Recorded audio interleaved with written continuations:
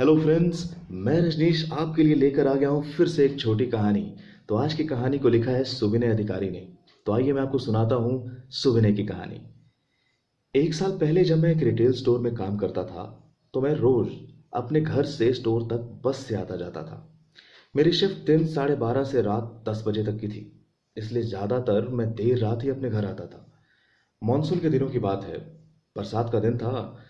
तो मैंने सोचा कि बस स्टैंड से जाकर ही बस पकड़ूं, क्योंकि सीजन की क्लियरेंस सेल चल रही थी और रात 10:30 बजे एक आखिरी बस जाती थी जो सीधे मेरे स्टॉप पर जाती है।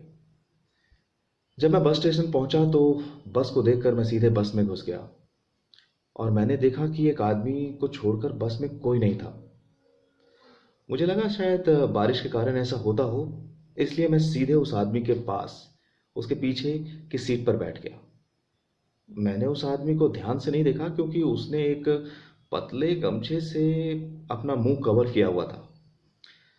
बाहर बारिश बंद थी और तेज हवा चल रही थी। इतने में ड्राइवर ने बस स्टार्ट की और गाड़ी बढ़ा दी। अचानक उस आदमी ने मेरा नाम लेके मुझे बुलाया, लेकिन मैंने उसे पहचाना नहीं। उसने मुझे बताया कि वो मेरे पड़ोस के मोहल्ले में रहता है और वो मेरे पापा को बड़े अच्छे से जानता है। वास्तव में मुझे इस बार लगा कि वो मेरे मन को पढ़ रहा है। उसके बाद हमने काफ़ी बातें की।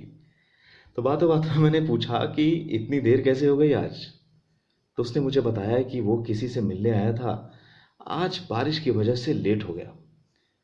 फिर मैंने पूछा कि गमछे से मुंह क्यों ढक रखा है। तो उसने बताया कि उससे बहुत बुरी गंध महसूस होती है और हवा भी तेज है, इसलिए उसने मुंह ढक रखा है। चलिए, जब हम अपने स्टॉप पर पहुंचे तो उन्होंने एक बात कही।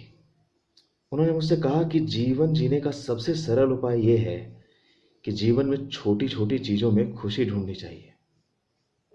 खैर, उसके बाद वो वहां से चले गए। अगले दिन जब सुबह उठा तो मम्मी ने मुझे बताया कि हनुमान मंदिर वाले मोहल्ले में जोगिंदर चाचा की कल रात लगभग 9:30 बजे डेथ हो गई।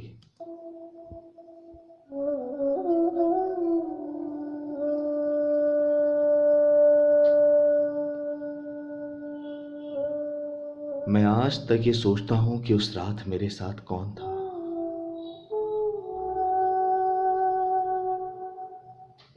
तो फ्रेंड्स, आपको भी अगर कोई अपनी कहानी सुनानी हो तो हमें कमेंट बॉक्स में लिखकर ज़रूर बताइएगा और हमें ज़रूर बताइए कि आपको ये कहानी कैसी लगी। तब तक के लिए गुड बाय।